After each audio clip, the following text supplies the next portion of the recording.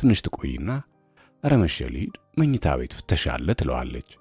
ቆይ እሺ ትሄጃለሽ ሲላት ብስራት ጊዜው ሲመሽ ቢራው ሲደጋገም በመጨረሻም ምንም አይሉሽም እኔ ለሞግዚቷ ነግራታለሁ ይላታል። እሺ ጓደኞችስ ምን ይላሉ ትለዋለች። ጓደኞችሽ ምን አገባቸው? ደግሞስ እስካሁን ሳያውቁት ቀርተው ነው? እነርሱን እርሻቸው፣ የግል ሕይወት የግል ነው። አንዱ በሌላው የግል ሕይወት ምን አገባው ይላትና እዚያው ሲጠጡ ካመሹበት ቡና ቤት አልጋ ይዘው ያድራሉ። የመመረቂያዋ ቀን ሲደርስ አንድ ቀን ጠዋት ብስራት ትለዋለች አብረው እንደተኙ። ወይ ያዛልዬ ምን ነው ይላታል። አይ አንድ ነገር ልነግርህ ነበር ፈራው ትለዋለች። ምንድነው እሱ ንገሪኝ ይላታል። ልንገረው ልተው እያለች ትንሽ ካመነታች በኋላ ነገሩን ታፈርጠዋለች። ብስራትዬ ቅሪት እኮ ነኝ አለች አዛለች። ጸጉራም ደረቱ ላይ ራሷን ጋደም አድርጋ ልቡ ሲዘል ይሰማታል። ይሁና ታዲያ ምን አለበት? እሱማ እንደማይቀር የታወቀ ነው። እንዲያውም ጥሩ ጊዜ ነው ትምህርትሽን ስትጨርሺ ችግር የለም ይላታል ብስራት። በሦስተኛው ቀን ጥቂት ጓደኞቹን ይሰበስብና አቅራቢያቸው ካለችው የከተማዋ ማዘጋጃ ቢሮ ሄደው የጋብቻ ስነ ስርዓታቸውን ይፈጽማሉ። አዛለች ከተመረቀች በኋላ እዚያው አካባቢ ካለ አንድ ትምህርት ቤት በአስተማሪነት ትመደባለች። ትዳር ይመሰረታል። አዲስ ሕይወት ይጀመራል። ክረምቱ በሰኔ ተተካ። ቢንያም ተወለደ። ሌላ ሰኔ ግም አለ። ብስራት ስለ ወደፊቱ ዕቅዱ ያጫውታታል። አዛሉ እኔ እንግዲህ ከዚህ በፊት እንደነገርኩሽ ትምህርቴን የመቀጠል ዓላማ አለኝ። ከእንግዲህ ወዲህ ለ4 ዓመታት ያህል ኮሌጅ ነኝ። በእኔ በኩል ምንም አላስቸግርሽም። ያንቺ ደሞዝ ደግሞ ለሁለታችሁ ይበቃል። ከ4 ዓመታት በኋላ የተሻለ ኑሮ እንኖራለን ይላታል። አዛለች በሐሳቡ ትስማማለች።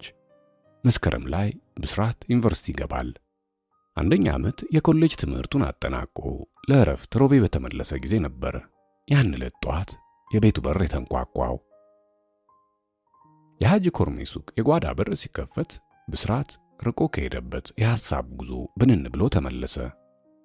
ሲጋራውን ሳይስበው ብዙ ስለቆየ አመዱ ብቻ ቀርቷል። አንተ አለህ ብዬ እኮ ነው ሱቁን ክፍት ትቼ የሄድኩት አሉ ሐጂ ኮርሜ ከሄዱበት ሲመለሱ ባንኮኒው ላይ በክንዳቸው ደገፍ ብለው። ሐጂ አለ ብስራት ሌላ ሲጋራ እያቀጣጠለ። ለመሆኑ በእናንተ ሃይማኖት ስንት ሚስት ማግባት ይፈቀዳል? ጥያቄው በገዛ እጁ ካፉ የወጣ ነው የመሰለው። ያ አላህ አዱኛ ካለህ እንደፈለግክ ማግባት ትችላለህ። መጽሐፉ ግን የሚለው እስከ 7 ሚስት ነው። ቱጃር ከሆንክ ከዛም በላይ ማግባት ትችላለህ። ሐጂ መሐመድን ታውቃቸው የለም? እሳቸው ስንት ሚስት እንዳላቸው ታውቃለህ? 9 ሚስት አላቸው።